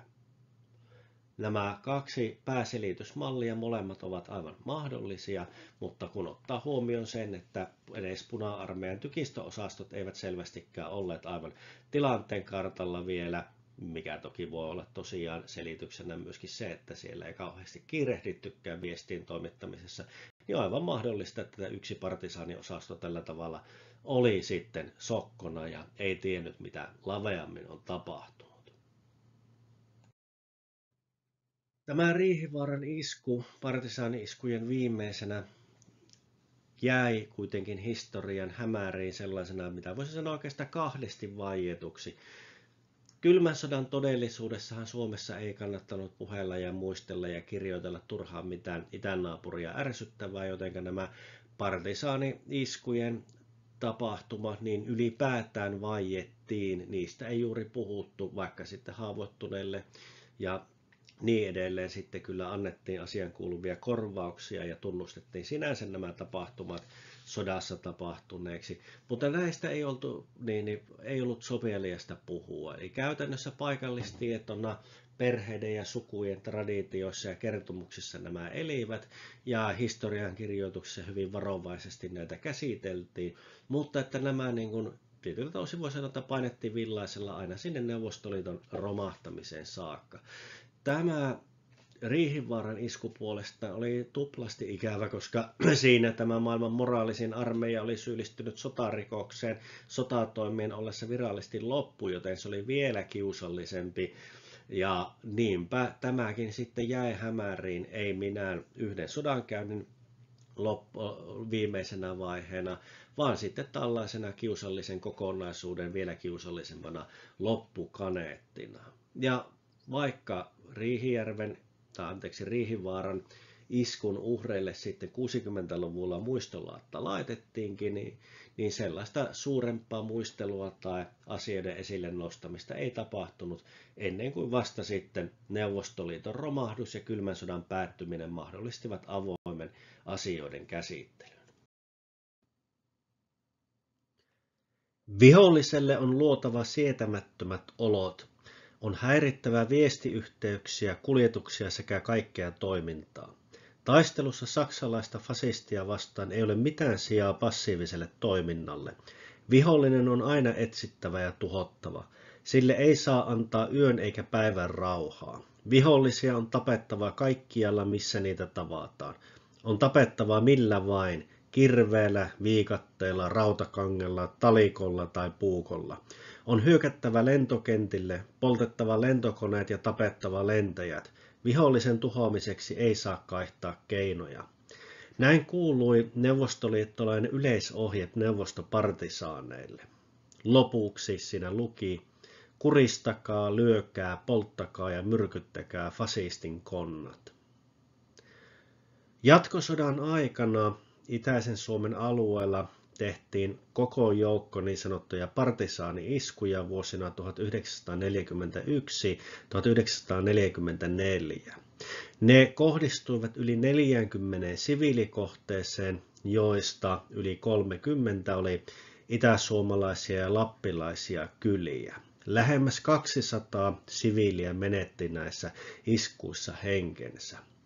Jo jatkosodan aikana ja sitten sen jälkeen on keskusteltu ja pohdittu sitä, että minkä ihmeen takia näitä itärajan kyliä ei evakuoitu, varsinkin kun partisaanitoiminta aktivoitui vuoden 1942 aikana ja kiihtyi sitten sen jälkeen. Ja selväksi kävi, että kyse ei ollut mistään oheisvahingoista ja taistelutoiminnan ikävistä traagisista seurauksista, vaan systemaattisesta siviileihin kohdistuvasta terrorista. Minkä ihmeen takia siviiliväestöä ei evakuoitu ennen kuin vasta kesän 1944 ollessa pitkällä?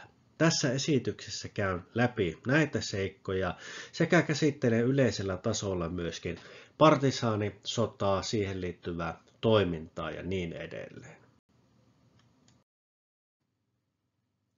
Käydäänpä läpi ensin tällaiset yleiset peruslähtökohdat.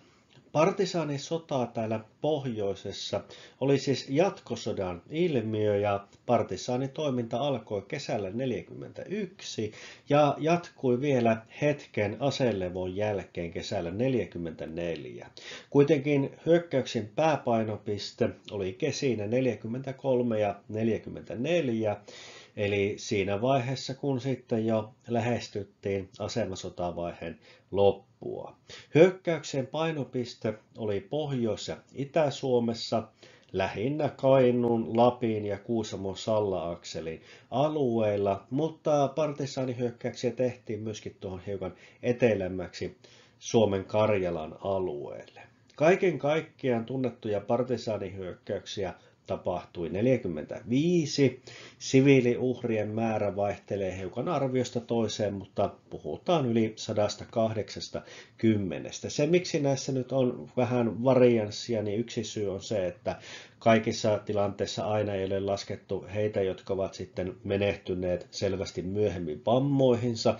Sen lisäksi partisaanit veivät tuonne itään vankeja ja heidän kohtalonsa selvittäminen kesti niin pitkään ja itse asiassa ihan 2000-luvulle saakka tämä kokonaiskuva on sitten tarkentunut.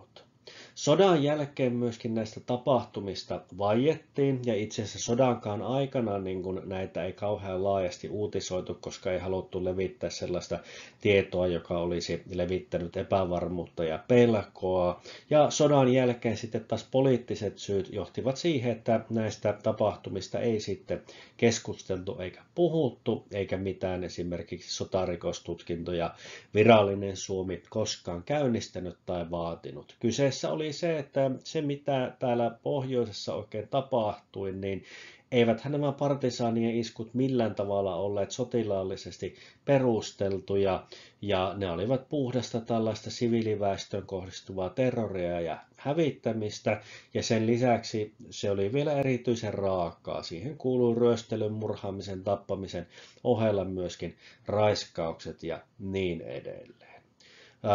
Tosiaan partisaanitoiminta käynnistyi siis heti jatkosodan alettua, jatkosodan hyökkäysvaiheen aikana.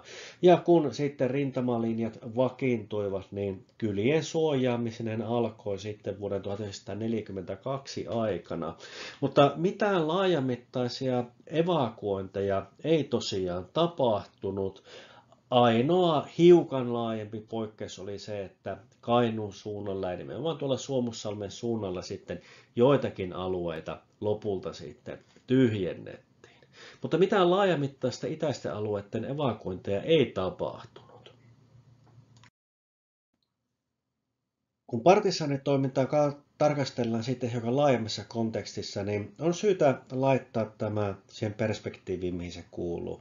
Eli laajempaan partisaanitoimintaan, mitä Neuvostoliitto harjoitti toisen maailmansodan aikana. Ja tässä tarkastelussa huomaamme sen, että tuolta Moskovasta katsoen tämä niin sanottu Karjalan rintama, niin tällä suuntaa tämä partisaanitoiminta erosi muista alueista. Lähtökohdat olivat toki hyvin samankaltaiset, eli nämä partisaaniyksiköthän olivat monella tavalla tällaisia ad hoc joukko-osastoja, joita muodostettiin hyvin nopeasti siinä vaiheessa, kun Neuvostoliittoa vastaan hyökättiin. Nämä osastot muodostettiin sellaisista joukoista henkilöistä, joita ei oltu sijoitettu armeijan vahvuuteen. Nämä oli tehtaiden ja kolhoosien työväkeä esimerkiksi, ja tällaisia niin kuin jossain tapauksissa myöskin vankileireiltä ja vankiloista koottua porukkaa ja sitten tällaisia puolueen nimittämiä puna-armeijataustaisia upseereita määrättiin näiden osastojen niiden johtoon. Ja nämä olivat siis yleisesti voidaan sanoa, että kun tätä partisaanitoimintaa katsotaan, niin nämä olivat tällaisia neuvostoliittolaisia vastarintajoukkoja, joita organisoitiin hyvin spontaanisti ja varusteltiin, miten varusteltiin. Eli esimerkiksi kun tuolla Karjalan rintaman suunnalla näitä partisaaneja saatiin kiinni ja vangittiin, niin huomattava osa varustuksesta heillä siinä sotatoimien alkuvaiheessa oli tällaista ensimmäisen maailmansodan aikaista jakotavaraa, mitä sieltä oltiin naftaliinista kaivettu ja lyöty sitten porukalle kouraan. Ja tässä on hyvä tämmöinen edustava kuva tuolta etelämpää, että aikamoista ryysyläissakkia siellä sitten olivat nämä partisaanit. Toki tarkkasilmäinen siinä kuitenkin havaitsee aivan modernin PPSH-konepistoolin siinä sitten myöskin, eli aivan mitään museotavaraa sitten näillekään ei kaikki jaettu kalusto ollut. Mutta tosiaan tuolla etelämpänä tämä partisaanitoiminta oli sellaista, että siellähän nämä partisaanit operoivat omilla alueilla. Ne operoivat alueilla, jonka saksalaiset olivat vallottaneet tai näiden liittolaiset olivat vallottaneet. Ja partisaanitoiminta sitten tukeutui tähän paikalliseen väestöön, joka hyvin usein oli myöskin myötämielistä näiden kannalta. Toki tässä nyt oli sitten myöskin poikkeuksia, eli esimerkiksi laajat alueet vaikkapa Ukrainassa, erityisesti läntinen Ukraina oli sellaista, missä neuvostomyönteisyys oli kauniisti sanottuna vaatimatonta ja siellä tämä paikallinen vastarinta-armeija suhtautui vihamielisesti niin bolshevikkeihin kuin sitten myöskin saksalaisiin. Mutta tosiaan etelämpänä tämä partisaanitoiminta oli siis tämmöistä saksalaismiehityksen vastaista sissitoimintaa ja niin edelleen, mutta täällä Suomen rintaman suunnalla tilanne oli toisenlainen. Huomattavilta osinhan nämä iskut tapahtuivat alueilla, mitkä eivät todellakaan kuuluneet Neuvostoliittoon missään vaiheessa, eli operoivat tuolla suomalaisten selustassa. Siviiliväestö ei ollut heille sitten myötämielistä myöskään, ja joutuivat tukeutumaan sitten tähän itänaapurin puolta tulevaan huoltoon, tai tekemällä sitten näitä kätköjä maaston ja myöskin ryöstelemällä. Toisaalta huomioarvoissa on myöskin sitten se, että suomalaiset etenivät tuolla etelämpänä verrattain syvälle Neuvostoliiton alueelle, ja sielläkään tämä siviiliväestö ei sillä tavalla aktiivisesti tukenut tätä partisaanitoimintaa. Toki siellä sitten oli yhteistyöväestöä, ja suomalaisethan internoivat keskitysleireille merkittävä osa Itä-Karjalan väestöstä osalta juuri sen takia, että näistä monet tukivat tai monien pelättiin tukevan sitten tätä partisaanitoimintaa. Mutta siis tämä Karjalan rintama, niin sanotusti, tämän alue siis erosi siinä mielessä, että täällä kyseessä oli ennen kaikkea Neuvostoliitosta katsoen vihollisen selustassa tapahtuva toiminta, joka kohdistui alueisiin, jotka eivät kuuluneet, eivätkä olleet kuuluneet Neuvostoliittoon. Ja tuolla etelämpänä partisaanitoiminta oli enemmänkin tämmöistä perinteistä miehitysarmeijan vastaista sissitoimintaa. Ja tämä osaltaan selittää myöskin sitä sitten, miksi partisaanitoiminta oli myöskin toimintatavoiltaan erilaista kuin tuolla etelämpänä.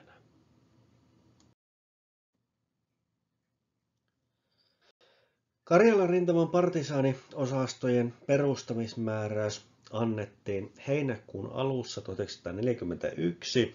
Tosin valmistelevat toimenpiteet olivat alkaneet jo kesäkuun puolella, kun Saksan hyökkäys Neuvostoliittoa vastaan oli käynnistynyt.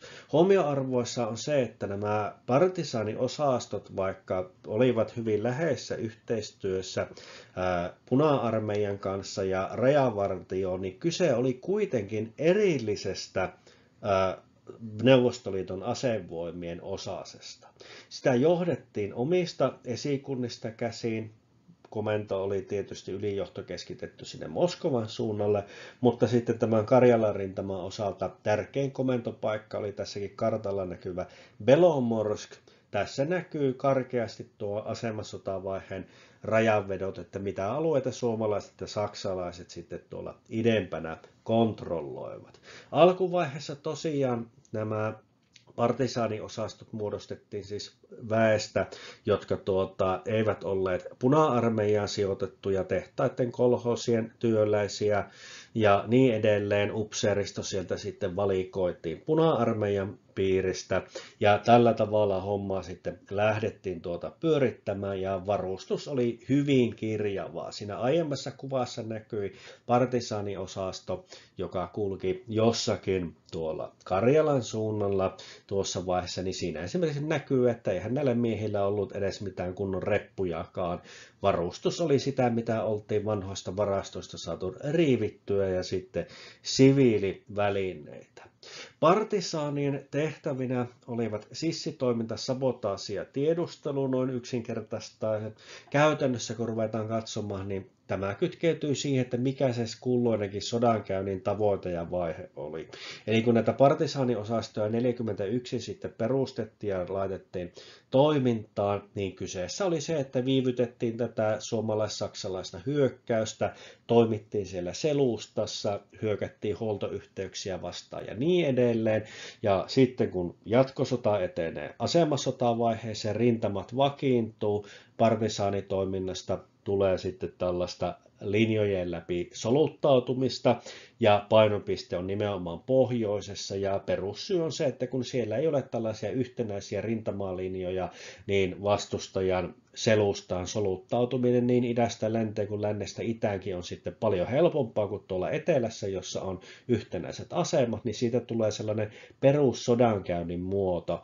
Meille nämä kaukopartiot ja itänaapurille sitten partisaanit. Ja jatkosodan asemasotavaihe menee sitten tässä ja siinä vaiheessa, kun alkaa hyökkäys käynnistymään 44, niin siinä vaiheessa sitten tämä partisaanisodankin tavoitteet muuttuvat ja siinä sitten tulee toisaalta tällaiset tuhoamistehtävät mukaan ja sitten niin kuin tiedustelutoiminta, jolla valmistetaan ja tuetaan sitten sitä muiden asevoimien hyökkäystä. Partisaanien osastojen määrä myöskin vaihtelee ajankohdan mukaan sinne aina 25 osastoon.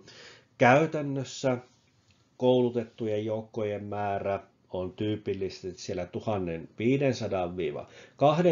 välimaastossa, vaikka nimellisvahvuudena laskettuna sitten puhutaankin sieltä noin 3000 taistelijasta. Mutta meillä on käytössä tietoa, joka perustuu ihan näihin neuvostoliittolaisiin sotapäiväkirjoihin ja muihin vastaaviin, niin tiedetään suurin piirtein, että vaikka se osastojen määrä vaihtelee sieltä vähän yli 10 aina 25, niin tyypillisessä tilanteessa sitten taistelukelpoisten joukkojen määrä on sieltä jonkun verran yli 1000 vajaaseen 2000, vaikka nimellisvahvuudet sitten aika merkittävästikin vaihtelevat. Kun kesällä 44 sitten tietyllä tavalla tämä partisaanitoiminta saavuttaa huippunsa, niin noin 2000 partisaania, jotka on saaneet siinä vaiheessa hyvän koulutuksen, niin on sitten näiden joukkojen kokonaisvahvuus. Alkuvaiheessa partisaaniosastot tosiaan olivat aika lailla tällaisia ad hoc-osastoja, jotka koottiin niistä väestä, mitä saatavilla oli, mutta sitten kun tämä toiminta niin vakiintui ja saatiin koulutusorganisaatio pystyyn ja niin edelleen, niin siitä tuli tällainen ihan oma kokonaisuutensa. Poliittinen luotettavuus oli hyvin tärkeä näillä partisaaniosastoilla, koska ei haluttu sieltä mitään loikkareita, että näitä olisi lähtenyt tuonne vihollisen puolelle toimimaan. Ja tämmöinen poliittinen uskollisuus, niin sen vaatimus näkyy hyvin siinä, että kun katsotaan näitä partisaaniosastoja siltä osin, kun meillä tietoa on käytössä, niin semmoinen vähintään 2/3 näistä partisaaneista oli kommunistisen puolueen jäseniä tai sitten nuorisojärjestön jäseniä. Myöskin sitten näillä rintama-alueilla olennaista oli, kun kyse oli siitä, että toimitaan sillä vihollisen selustassa, niin sieltä etelästä tänne pohjoiseen näihin partisaaniosastoihin pyrittiin sitten rekrytoimaan väkeä, jotka osasivat sitten olennaisia kieliä, mitä myöskin paikalliset puhuivat. Ja on arvioitu sellainen, että näistä suomea osasi sitten näistä partisaaneista 15–20%. Heistä osa oli etnisiä suomalaisia, osa suomalaistaustaisia, osa karjalaisia ja niin edelleen. Partisaaneista myöskin verrattuna muihin Moskovan sotajoukkoihin merkittävä osuus oli naisia ja Karjalan rintaman joukosta suurin piirtein noin 10%, reilu 10% oli tyypillisesti radisteja ja lääkintähenkilökuntaa. Ja tosiaan tämä partisaanitoiminta ajan kuluessa sitten muuttui tehokkaammaksi, paremmin johdetuksi ja koulutustaso nousi. Eli kun alkuvaiheessa tosiaan siis nämä partisaanit koottiin väestä, jolla ei ollut sitä sotilassijoitusta ja käytännössä se tarkoitti Neuvostoliiton kontekstissa, että ei käytännössä mitään tai ei mitään sotilaskoulutusta ennen partisaaniyksikön perustamista, niin kun sitten se homma lähtee ikään kuin rullaamaan, niin syntyi koulutusorganisaatio, koulutustukikohtia perustettiin ja myöskin sitten koulutettiin porukkaa operaatioiden aikana ja käytännössä sitten 43–44 mennessä voidaankin puhua siitä, että nämä olivat ihan hyvin koulutettuja ammattitaitoisia joukkoja, joka sitten kun ruvetaan miettimään sitä, että minkälaisiin raakuuksiin nämä syyllistyivät, niin se on helppo ymmärtää, että kurittomat röstelevät joukot tekevät mitä sattuu, mutta sellaisista ei ollut enää 43–44 todellakaan kyse. Partisaaniosastojen määrä tosiaan vaihteli 13–25 ja venäläislähteistä me tiedetään se, että kaiken kaikkiaan noin 5300 miestä ja naista palveli sitten näissä partisaaniosastoissa. Ja kun tiedostamme sen, että missään vaiheessa taisteluvahvuus ei saavuttanut 2000, niin tappiot olivat itsessä verrattain raskaita näillä osastoilla. Huomioarvoissa on se, että virallisestihan nämä partisaaniosastot saivat tehtävät ja tavoitteet, jotka olivat aivan tämmöisen formaalin sodankäynnin lakien ja tapojen mukaisia. Siinä ei sinänsä ollut mitään epäselvyyttä, mutta sitten se realiteetti oli sitten aivan toisenlainen. Puna-armeijassa myöskin kuri oli kovaa. Partisaaniosastot myöskin, jos oli epäilyksiä luotettavuudesta tai näytettiin pelkuruutta taistelukentillä, niin tiedetään, että siellä teloitettiin erämaissa sitten porukkaa ja jokaisella partisaaniosastolla sitten mukana oli myöskin poliittisia upseereita ja tämä tarkoitti sitä, että minkäänlaatuista niskottelua ei hyväksytty. Mutta kun sinne retkelle sitten länttä kohti lähdettiin, niin tavoitteet olivat virallisesti sotilaallisia. Käytännössä partisaaniosastot sitten iskivät milloin minnekäkin. Tälläkin kanavalla hiukan aiemmin videolla käsitellyt Lokaan ja Sevettijärven iskut, niin nämä olivat sellaisia, että siellä virallisissa sotapäiväkirjoissa puhutaan sotilaskohteista. Lokaassa esimerkiksi oli varuskunta, joka virallisesti tuhottiin. Ja nämä sitten sinne kirjailtiin, mutta todellisuudessa kyseessä oli käytännössä tämmöinen erämaissa käytävä tuhoamissota, jonka yksi taustalla oleva syy oli myöskin se, että kun ei ollut mitään sellaista myötämielistä siviiliväestöä, johon olisi voitu tukeutua, toimittiin hyvin pitkien matkojen takaa, siis usein kuljettiin 100–200 kilometriäkin ennen kuin edes sotilaallinen toiminta käynnistyi, niin käytännössä sitten elintarvikkeita ryösteltiin ja koska ei haluttu jäädä kiinni, niin sitten silminnäkijöitäkään ei saanut jäädä. Tämä neuvostopartisaanien todellisuus oli sellainen, että kun suomalaiset suomalaiset alkoivat 42 vuodesta alkaen sitten panostaa tähän erämaa-alueiden puolustukseen, vartiointiin, ja sitten esimerkiksi tämä Savukoskelle perustettiin tämä erikoisosasto SAU, niin sen jälkeenhän tilanne muuttui sellaiseksi, että jos partisaaniosasto jäi kiinni, niin hyvin usein nämä onnistuttiin sitten tuhoamaan tai ainakin aiheuttamaan raskaita tappioita, jolloin oman turvallisuutensakaan takia nämä eivät voineet silminnäkijöitä jättää. Mutta tosiaan, kotipuolessa sitten, kun taisteluista palattiin, niin kerrottiin räjäytetyistä junavaunuista, katkaistuista junaradoista, tuhotuista silloista, tuhotuista varuskunnista. Ja siellähän sitten Puna-armeijan johto oli hyvin tyytyväinen menestyksellisiin operaatioihin, kun todellisuus taas oli se, että maalit valittiin sen mukaan, että mitä satuttiin löytämään, minne mentiin, missä oli tällaisia pehmeitä kohteita, joita vastaan voitiin hyökätä. Ja näinpä sitten esimerkiksi Lokan kylä, jossa tapahtui jatkosodan pahin partisaanien toimenpanema joukkomurha, niin venäläisessä sotapäiväkirjassa se sitten muuttui varuskunnaksi, joka oli hävitetty.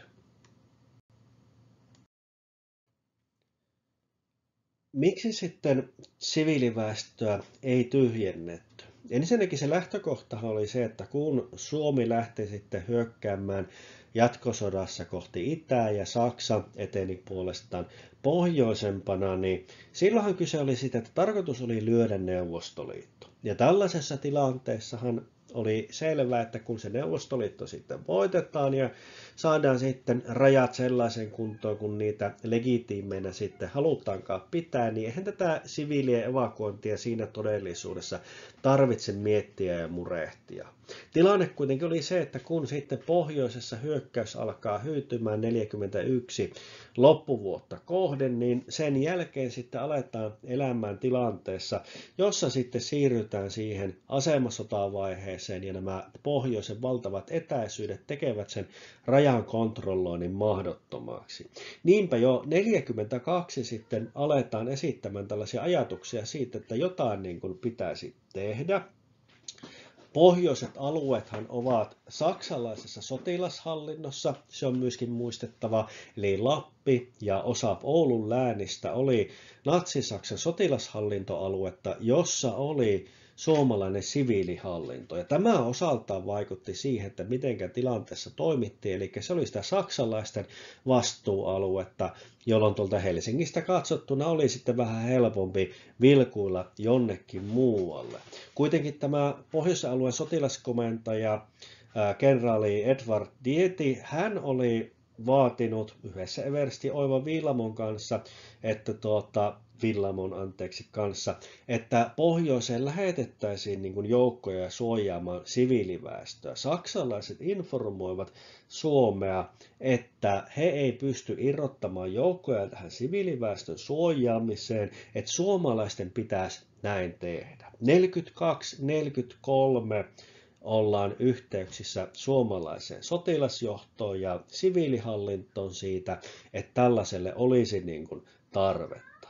Mutta vaikka jonkin verran ryhdytään sitten 42 alkaen siihen puolustukseen panostamaan, niin evakuointia ei lähdetä kuitenkaan toteuttamaan. Ja tässä tulee sitten tuolla pohjoisen suunnalla sellainen ristiveto, että tämä Lapinläänin maaherra Karlo Hiililä, hän itse asiassa korkeimpana siviilihallinnon suomalaisen edustajan, hän vastusti evakuointeja.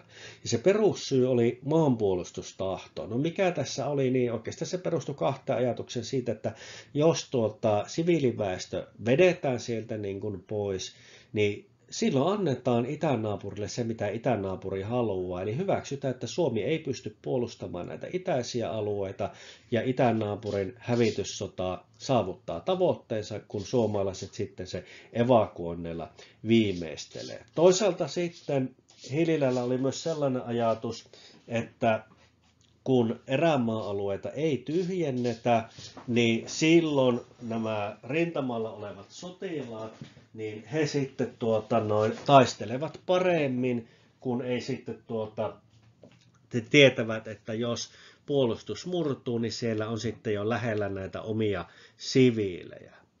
Toisaalta myöskin sellainen sotilaallinen perustelu on esitetty sille, että kun erämaassa oli verrattain paljon asutusta, siis se ei ollut väkimäärältään, ei puhuttu mistään suurista määristä ihmisiä, kaiken kaikkiaan haavoittuvimmilla alueilla, eli ehkä 4000, korkeintaan reilu 5000 ihmistä, näistä osa kylissä, osa yksittäisillä maatiloilla, niin nämä olivat silmiä ja korvia.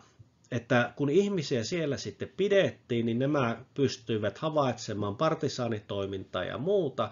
Ja itse asiassa, että nämä erämaiden ihmiset olisivat ikään kuin olleet tietyllä tavalla tällainen etuvartio. Toki sitten, jos näkökulma vaihdetaan kainuulaisen tai lappilaisen ihmisen näkökulmaan, niin käytännössä voidaan sanoa, että melkeinpä olivat tällaisia ihmiskilpiä tämän näkökulmasta.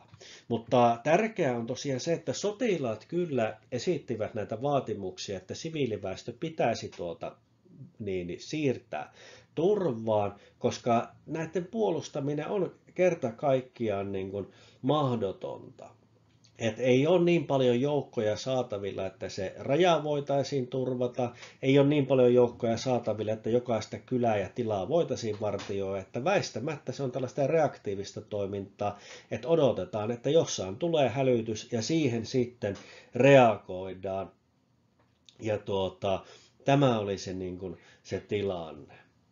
On myöskin esitetty sellaisia ajatuksia, että osittain siinä oli tällaisesta vähän rankasumentaliteetista kyse, että kun Suomussalmen suunnalla oli sitten tätä tällaista perinteistä korpikommunismia ja kommunistien kannatusta, niin siinäpähän sitten kokevat tämän ihanneyhteiskuntansa, kun partisanit tulevat ja iskevät. Tällaisia syytöksiä on esitetty, mutta näille ei ole sellaista, voisi sanoa, että ikään kuin kovia todisteita, mutta tällaisia ajatuksia on myöskin esitetty siitä.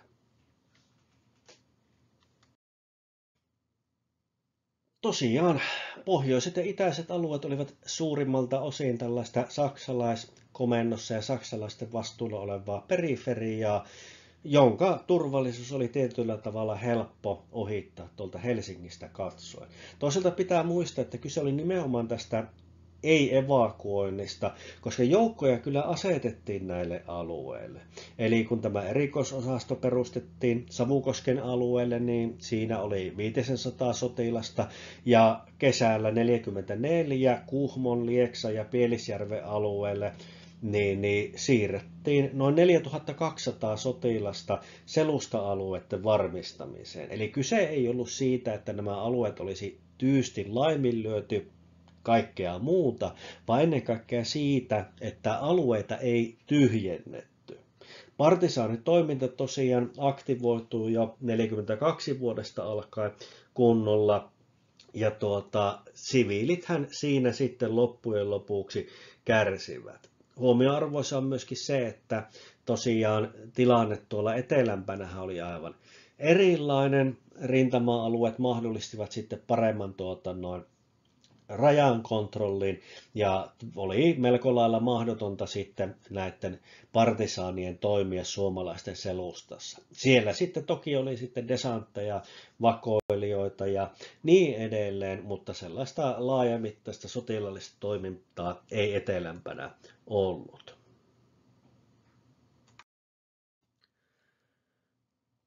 Suomalaisten näkökulmasta katsoen partisaanitoiminta oli tosiasiallisesti sotilaallista terroria, mutta itänaapurista katsoen sitten kyseessä oli osa tällaista oikeutettua suuren isänmaallisen sodan aikaista kamppailua fasistien liittolaisvaltiota vastaan. Tässä näkyy graniittinen partisaanimonumentti Petroskoissa. Se paljastettiin itse asiassa vasta vuonna 2003, ja se on tällaisena partisaanimonumenttina itse asiassa sangen mielenkiintoinen. Siinä on ensinnäkin oikeanpuolimmaisena on ensimmäisen partisaaniprikaatin komentaja majuri Grigorjev, joka kaatui 1942 heinäkuussa taisteluissa, joissa itse asiassa tämä ensimmäinen partisaaniprikaati kärsi todella raskaat tappiot. tappiot. Noin 640 partisaania kuului osastoon ja näistä hiukan yli 100 pääsi pakenemaan itään. Tämä itse asiassa oli tietyllä tavalla sellainen yksi uusi vaihe tässä partisaanisodan käynnissä, eli kun 43-44 iskuja katsotaan, niin siellä sitten nämä partisaaniosastot ovat huomattavasti pienempiä. Eli vaikkapa nyt jos katsotaan näitä Lokaan ja Sevettijärven iskuja ja niin edelleen, niin niissä tyypilliset osastot ovat sieltä alle 100 korkeintaan hiukan yli 100 taistelijaan. Eli jo myöskin siinä partisaanisodan vaiheessa, asemassa-sotavaiheen alussa, niin siellä nähdään tämmöisiä suurempia taisteluosastoja. Toinen huomionarvoisa seikka on sitten tämä vasemmanpuoleinen hahmo. Siinä on nimittäin toinen historiallinen todellinen henkilö, suomalaistaustainen Sylvi Paaso, joka oli neuvostoliittolainen desantti ja partisaani, joka toimi sitten miehitetyssä Itä-Karjalassa. Ja hän oli itse asiassa partisaaniosaston radisti ja sitten yksi näistä suomalaisista, jotka taistelivat Neuvostoliiton puolella. Hän oli syntynyt Kemissä, mutta elänyt suurimman osan elämästänsä Neuvostoliitossa ja kuoli itse asiassa vasta 2000-luvun alkupuolella.